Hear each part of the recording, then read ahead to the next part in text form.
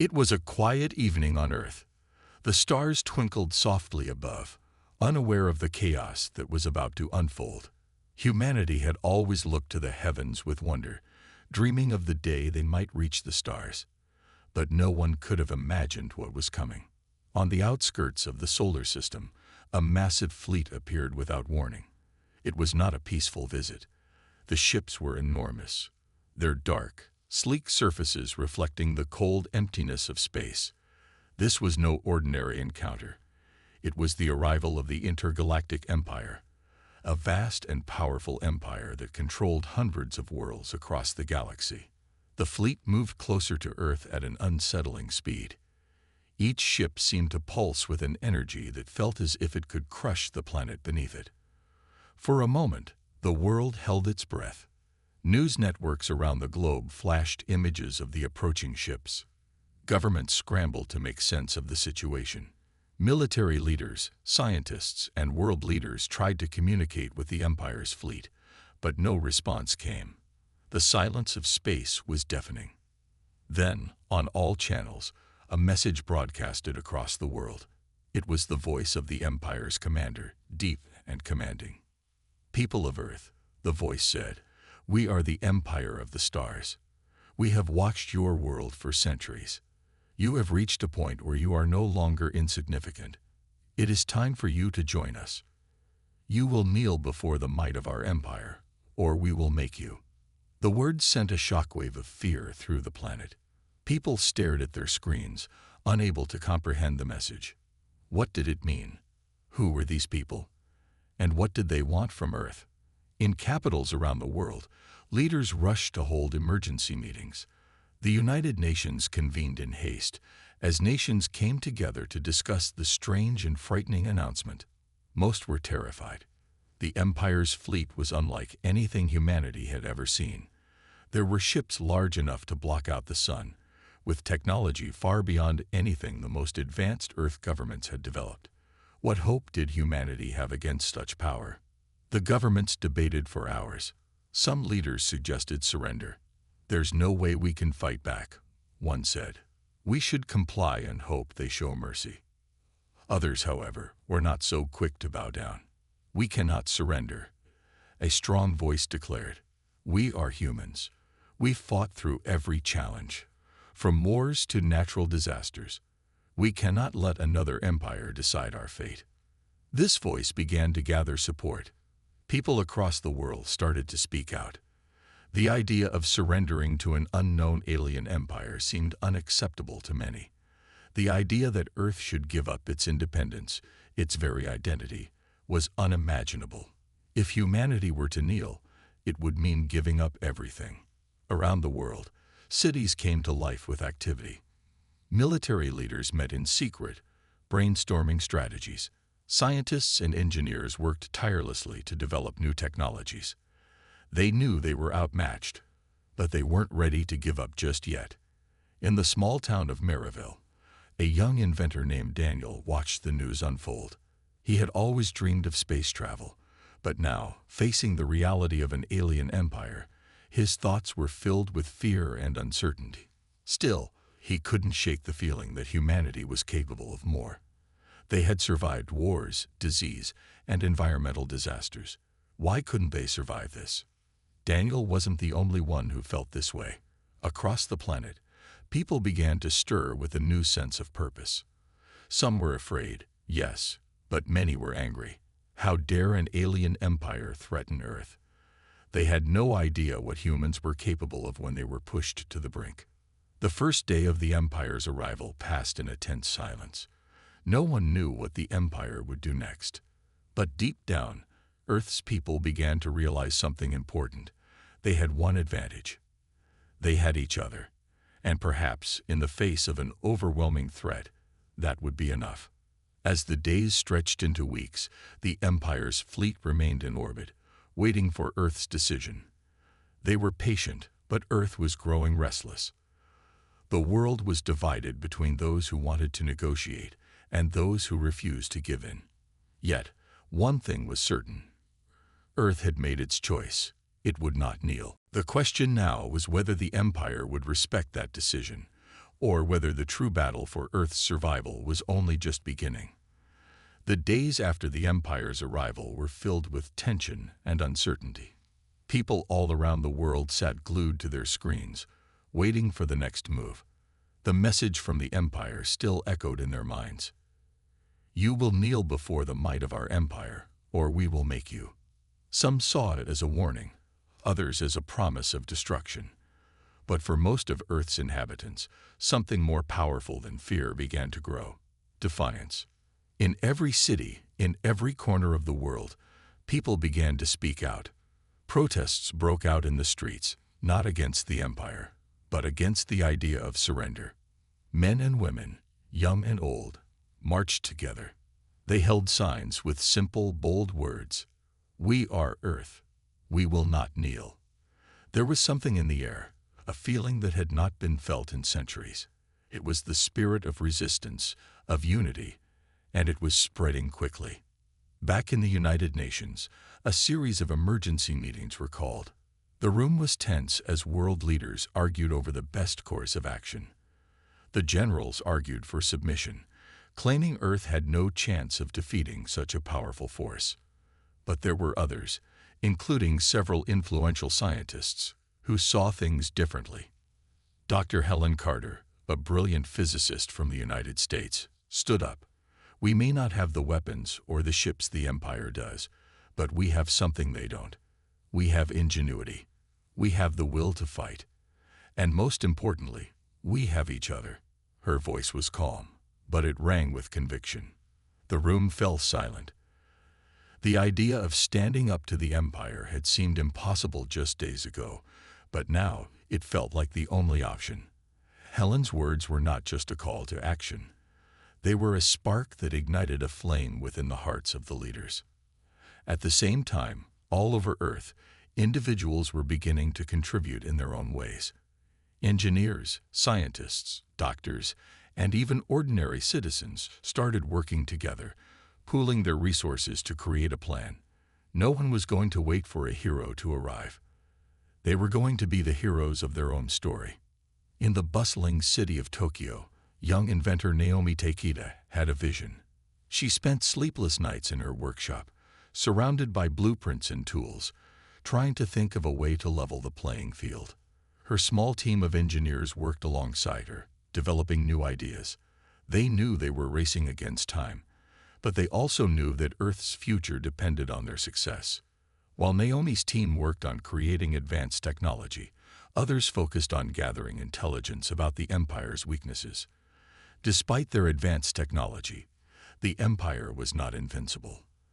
There were cracks in their armor, small details that Earth's brightest minds could exploit. The Empire's arrogance had blinded them to the potential of humanity's creativity. Earth's people were used to fighting against the odds. They were resilient, and they had a way of surprising their enemies. As the days turned into weeks, more and more nations began to commit to the cause. Countries that had once been rivals now joined forces.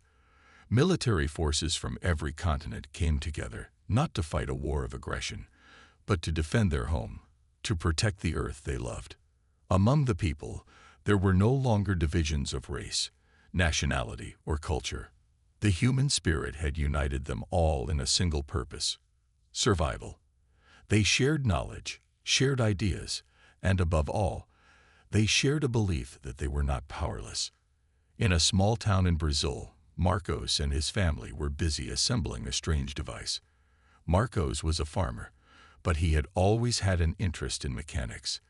When the threat of the Empire arrived, he put aside his tools for the land and picked up his old workshop equipment. Along with his neighbors, they built a communication device designed to jam the Empire's signals. It was nothing compared to the technology of the invaders, but it would be a start. Meanwhile, in a laboratory in India, a team of biologists worked on human enhancement projects. They'd researched ways to unlock the hidden potential in the human mind and body, hoping to develop abilities that could help Earth's soldiers survive against the Empire's advanced weapons. No one was sure how far their experiments would go, but they knew they had to try. Earth's collective effort was becoming a force to be reckoned with. What had started as fear and uncertainty was now becoming a global movement. Governments, scientists, soldiers, and civilians all played their part. They weren't just resisting. They were preparing to fight back. As Earth continued to prepare for the coming conflict, the Empire's fleet remained in orbit, waiting for Earth to make its decision. Their commanders watched with interest, unsure of what to expect. They had never encountered a species like humanity before. They had assumed Earth would bow to their might. But now, they saw something they hadn't anticipated: the human will to survive. In the hearts of Earth's people, there was no more doubt. They had made their choice. They would not kneel. They would fight for their freedom, for their planet, and for the future of humanity. As the days passed, Earth's preparations to face the Empire grew more intense.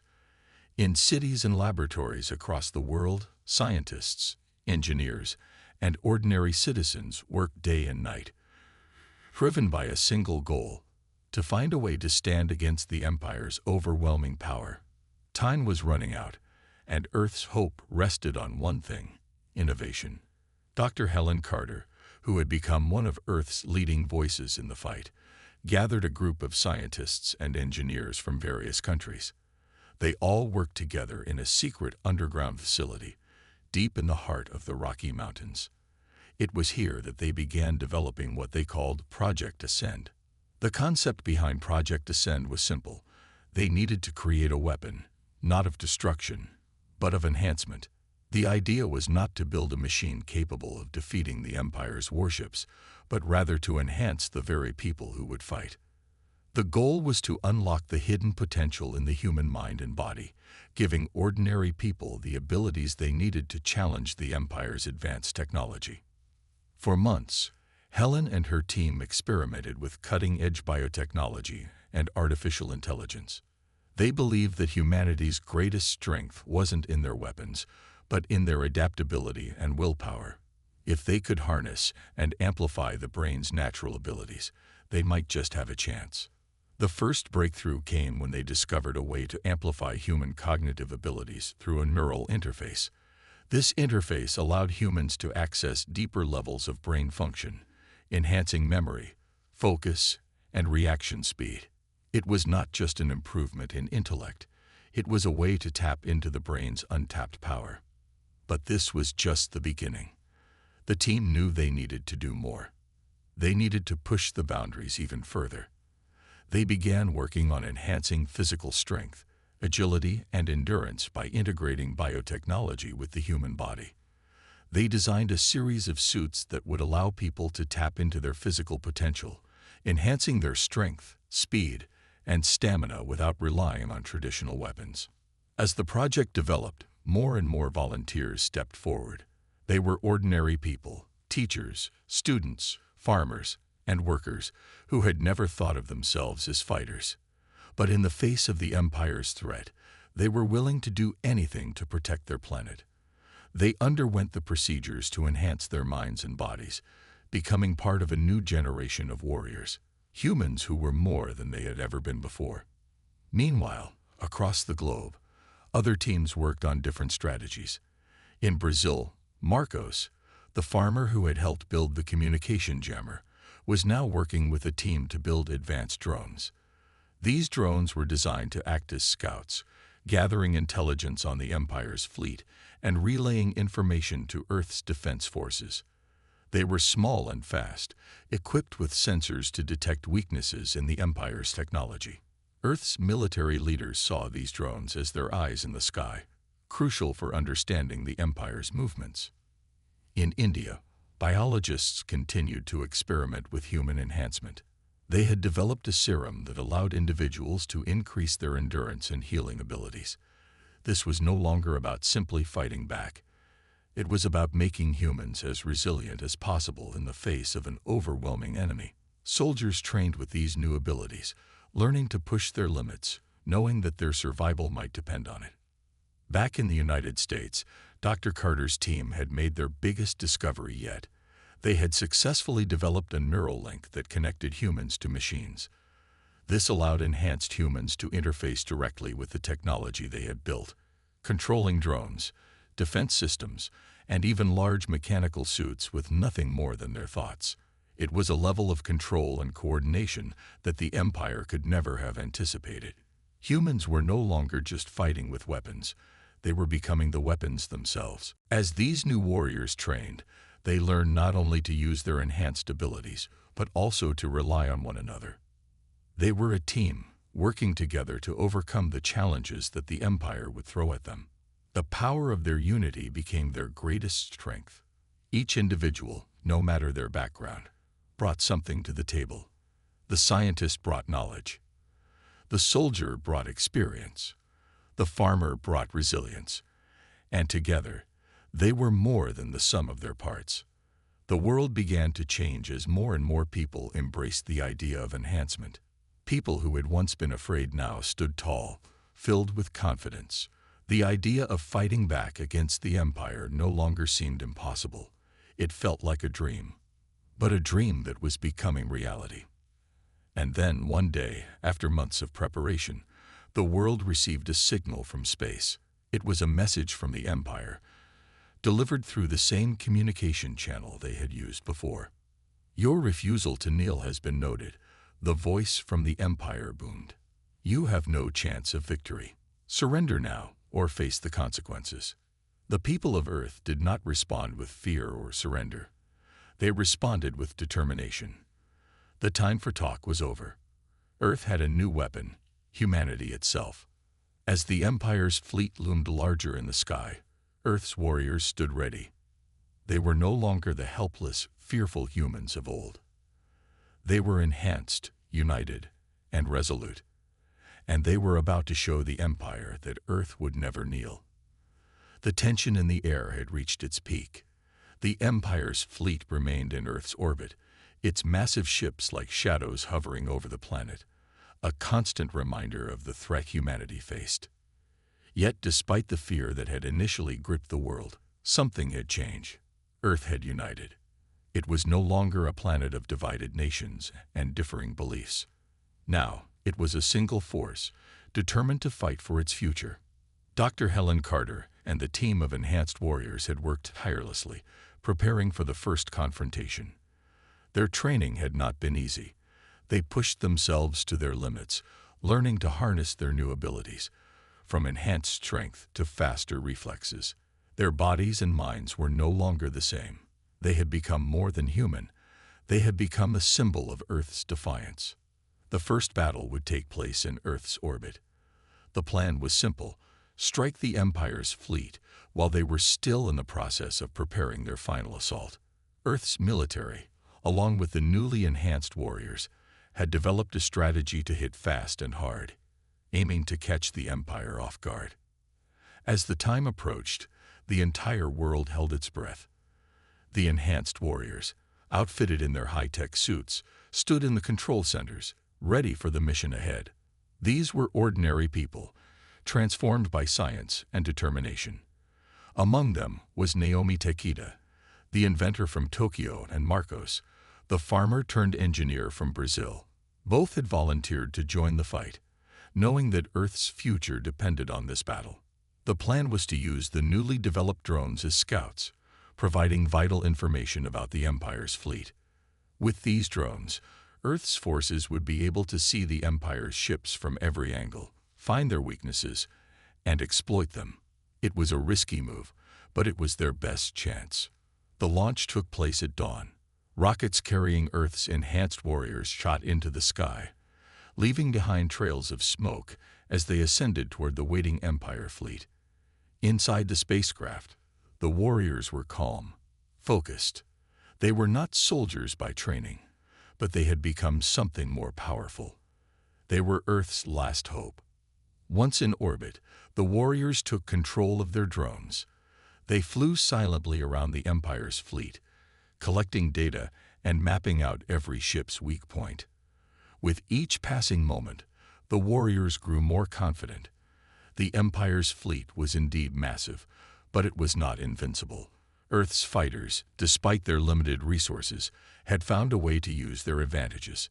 The first strike came from a small group of warriors in specially designed suits that allowed them to move at incredible speeds. They launched themselves from their spacecraft, using jetpacks to reach the Empire's flagship. The Empire's defenses were strong, but they were not prepared for human ingenuity. The warriors dodged laser beams and energy blasts, their enhanced reflexes allowing them to move faster than the Empire could target them. Using the information provided by the drones, Earth's fighters made their move. They targeted the weak points in the Empire's ships, disabling key systems with precision strikes. Within minutes, the first ship in the Empire's fleet was crippled. Its engines sputtered, and its weapons went silent. The Empire's commanders were caught off guard. They had expected the humans to be helpless, but what they saw before them was a force unlike anything they had encountered. Back on Earth, people watched the battle unfold in real time. News stations broadcasted live footage of the space battle, showing Earth's warriors moving with incredible speed and coordination. It was clear that the tables were turning. The Empire's fleet, which had once seemed invincible, was now struggling to maintain control. As the battle continued, the Empire's arrogance began to crumble. Earth's warriors, once underestimated, now held the upper hand.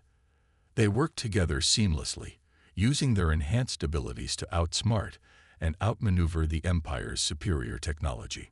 The Empire's ships were powerful, but they lacked the creativity and adaptability of humans. Earth's fighters, with their ingenuity and determination, were proving that they could take on an enemy far more advanced than themselves. By the end of the battle, Earth had scored its first major victory. The Empire's fleet was severely damaged, with several ships either destroyed or disabled. The remaining ships retreated, unsure of how to respond to the unexpected resistance. The Empire had underestimated humanity, and now they were paying the price. On Earth, celebrations erupted. People flooded the streets, cheering and waving flags. It was the first victory in what would surely be a long and difficult war, but it was a victory nonetheless. Earth had shown that it was not willing to be conquered.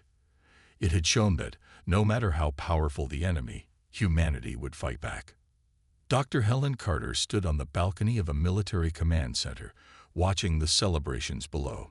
She felt a sense of pride swell in her chest. It wasn't just the victory that mattered, it was what it represented. It represented humanity's refusal to accept defeat. It represented the strength of the human spirit.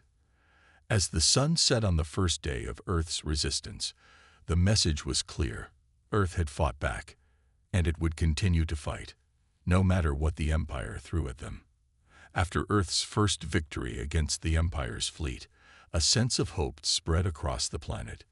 People believed that perhaps they could truly stand against the seemingly unstoppable invaders. The streets were filled with celebrations, and many began to believe that the worst was over. But in the vastness of space, the Empire was not idle. The first battle had been a blow to their pride, and they were now more determined than ever to crush Earth's resistance. Back in space, the Empire's leaders convened in a dark, imposing command center aboard their flagship, the Dreadnought. The mood was tense as the high-ranking officers discussed their next move. The defeat had shocked them. They had expected Earth to bow down, but instead, the humans had fought back with ingenuity and resilience. "Those humans are more resourceful than we thought," Admiral Korath, the commander of the fleet, said, his voice cold and commanding. "We underestimated them, but that mistake will not happen again." His officers nodded in agreement. "We'll need to strike harder," one officer suggested. Their victory was a fluke. If we overwhelm them with force, they'll have no choice but to surrender. Korath's eyes narrowed as he stared at the holographic map of Earth. "No, we won't just overwhelm them with force. We'll break them. We'll make them understand that they cannot resist the Empire." The Empire's response was swift. A new fleet of ships, larger and more powerful than the first, was dispatched toward Earth. This time, they came with a terrifying weapon, an energy beam capable of destroying entire cities with a single strike. The Empire had learned from its previous mistake. They would not give Earth a chance to regroup. As the Empire's fleet neared Earth, the atmosphere on the planet shifted once again. The celebrations that had erupted after the first victory now seemed distant. People were once again filled with fear and uncertainty. Earth's leaders knew the Empire's retaliation would be severe, and the battle ahead would be far more dangerous. Dr. Helen Carter, along with Naomi Takeda and other leaders of the human resistance, gathered to discuss the next steps. They had lost their advantage. The Empire's fleet was now stronger, and the new weapon they carried was unlike anything Earth had ever seen. "We need to be ready," Dr. Carter said, her voice steady but filled with concern. "We've seen what they can do. We cannot afford to underestimate them this time." Naomi looked at the others. "We have to find a way to counter that energy beam. If it can destroy entire cities, we won't have a chance." The group fell silent, thinking. They knew they couldn't build a weapon of equal power. They didn't have the resources or technology to create something like that. But they did have one thing the Empire didn't: their creativity. "We fought with what we had, and we've won before," Marcos said, his voice calm. "We can do it again. We just need to think differently." Helen nodded. "We need to focus on using our strengths. We're not going to defeat them by meeting them head-on. We need to be smarter." The Resistance began working on a new strategy, one that would rely on their new technologies and enhanced abilities. The drones would be deployed once again, but this time, they would focus on gathering data about the Empire's new weapon. They needed to understand how it worked and find a weakness. Meanwhile, Naomi and her team worked tirelessly to develop new defensive technology. They focused on creating a shield capable of deflecting the Empire's energy beam, a task that seemed nearly impossible. But they had no choice. They had to try. The days leading up to the next battle were filled with tension. Earth's military forces and enhanced warriors trained harder than ever before. They knew the Empire's attack was imminent, and they had to be ready. The world watched, hoping that the next victory would not come at too high a cost. Finally, the day came. The Empire's massive fleet appeared on the horizon, its ships lined up in perfect formation, ready to unleash their devastating weapon. As the fleet approached Earth's atmosphere, the Resistance launched their first wave of drones, flying toward the enemy ships to gather crucial information. Helen and Naomi stood in the command center, eyes glued to the screen as the drones sent back data. The energy beam was more powerful than they had feared. It wasn't just a weapon. It was a force capable of wiping out entire cities with ease.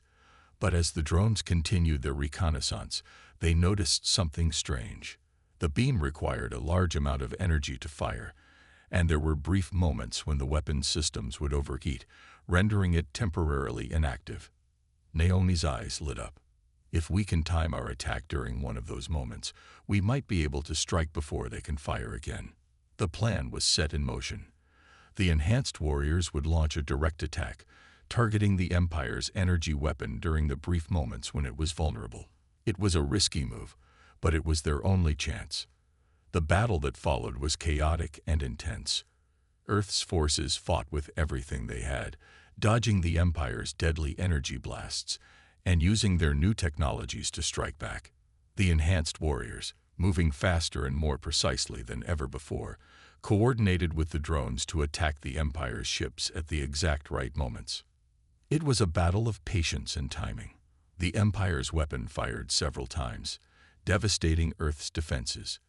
But each time, Earth's warriors struck when the weapon was at its weakest, targeting the energy core. After several strikes, the weapon began to falter. The energy beam's power decreased, and with one final well-timed hit, the weapon was destroyed. Earth had won again. The Empire's fleet, now without their most powerful weapon, retreated once more. The people of Earth breathed a collective sigh of relief. They had faced overwhelming odds and had come out victorious. The message was clear: Earth would not be defeated. No matter how many times the Empire returned, humanity would always rise up. Despite Earth's victories, the war was far from over.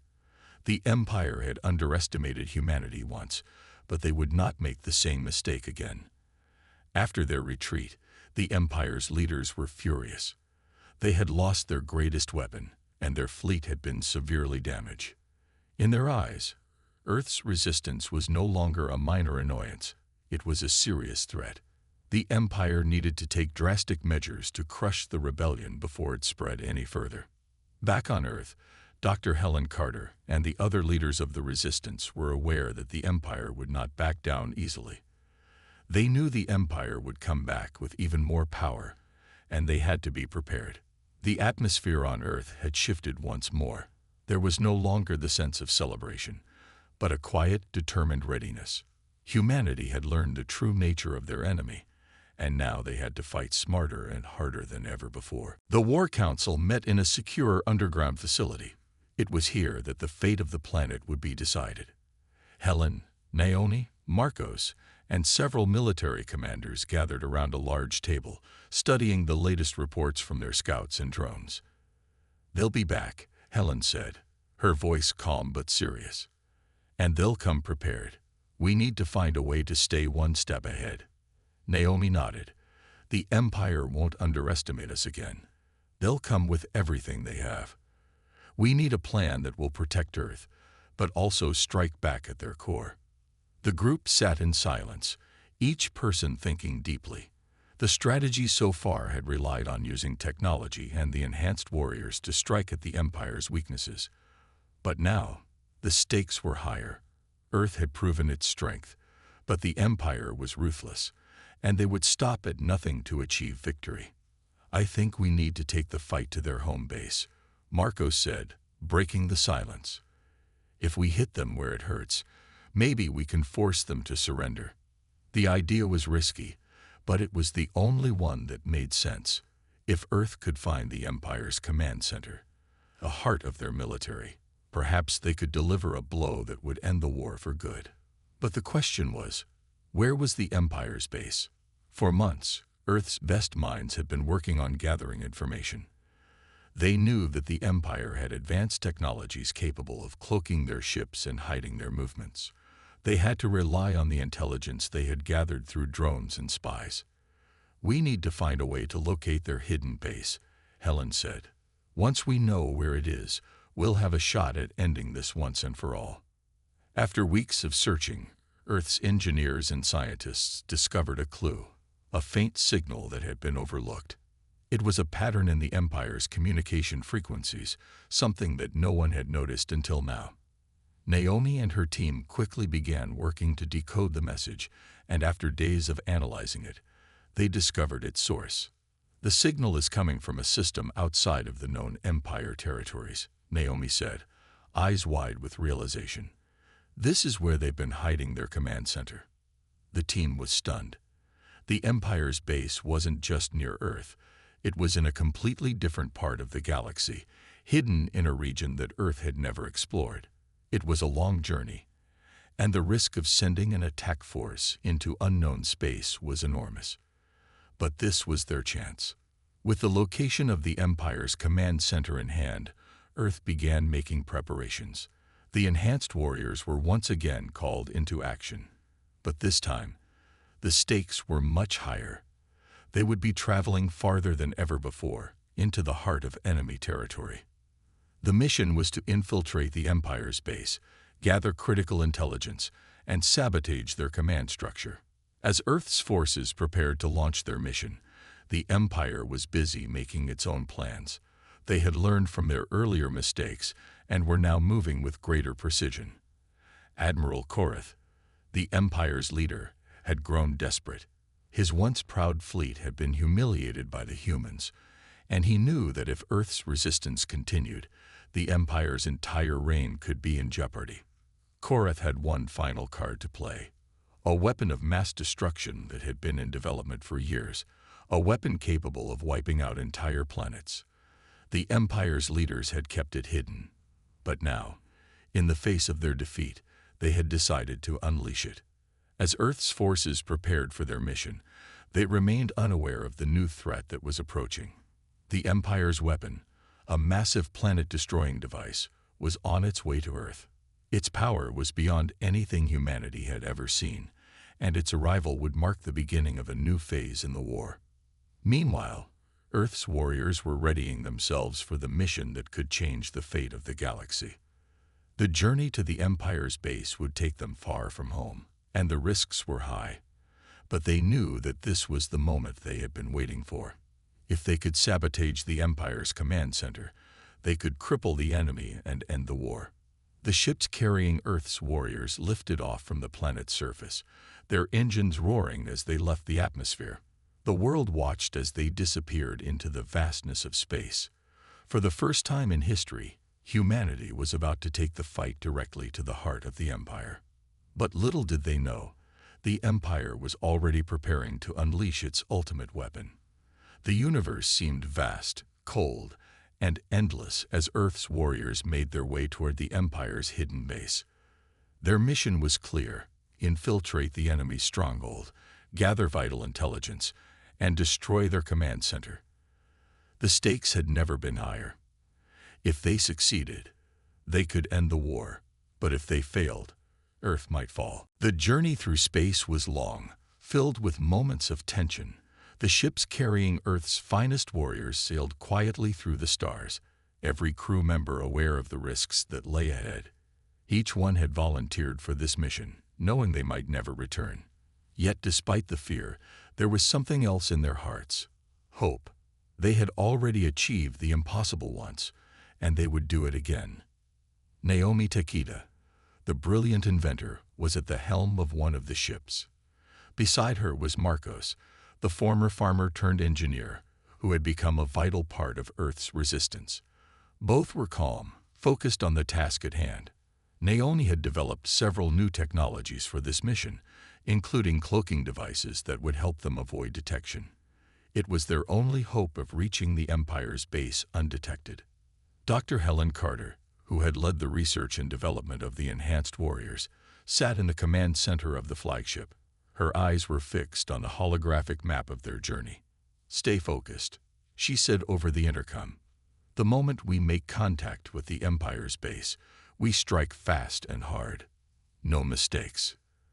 The crew acknowledged the order, and for the next few hours, the ships traveled silently, avoiding the Empire's patrols. Earth's forces had done everything they could to prepare for this moment. They knew the enemy would not make the same mistakes again. The Empire had already begun to deploy their new weapon, a planet-destroying device that was on its way to Earth. Earth's warriors could not afford to wait any longer. As they neared the Empire's base, a sense of urgency filled the air. The tension was palpable. They were getting closer to the heart of the Empire's power, and they had no idea what they would face once they arrived. But they had no choice. This was the only opportunity they had to save Earth. Then, just as they entered the last stretch of the journey, the unexpected happened. A massive fleet appeared out of nowhere, blocking their path. It was the Empire. They had anticipated Earth's move and had set a trap. The warriors were now surrounded, trapped between the vastness of space and the full might of the Empire's fleet. There was no way out. The enemy had calculated every possible move and was now ready to destroy Earth's forces once and for all. Admiral Korath, aboard the dreadnought, stood in the control room, his face cold with determination. "They've come this far, but now we end this," he said to his officers. "Prepare to fire." The Empire's weapon, the one capable of destroying planets, was ready. Its enormous energy core hummed with power as it charged up for its first deadly strike. Helen stood in the command center, watching the incoming fleet with a sense of dread. They had been so close to their goal. The Empire was ready to finish what they had started, but Helen knew they could not give up. Not now. "Activate the cloaking devices," she ordered. "We're not done yet." The warriors' ships flickered for a moment, disappearing from the radar of the Empire's fleet. The attack force had gone silent, but not before one last message was sent back to Earth. "Prepare for the final strike," Helen whispered to herself. Earth's warriors, now cloaked, moved quickly. Using their enhanced abilities, they avoided the Empire's patrols and approached the enemy base. Every heartbeat seemed like an eternity as they drew closer to their target. But the moment they arrived, everything changed. Korath's weapon, the planet-destroying device, was locked and ready to fire. It would be unstoppable, and Earth would fall. But just as it prepared to unleash its power, the warriors launched their final, decisive strike. The cloaked ships descended from all sides, releasing drones that scattered into the Empire's base, disrupting its power grid. Naomi's technology had done its work, as the drones flooded the base's defense systems with false data, making it impossible for the Empire to properly target Earth. In the confusion, the warriors infiltrated the command center, moving with swift precision. They sabotaged key systems, shutting down the planet-destroying weapon before it could even fire.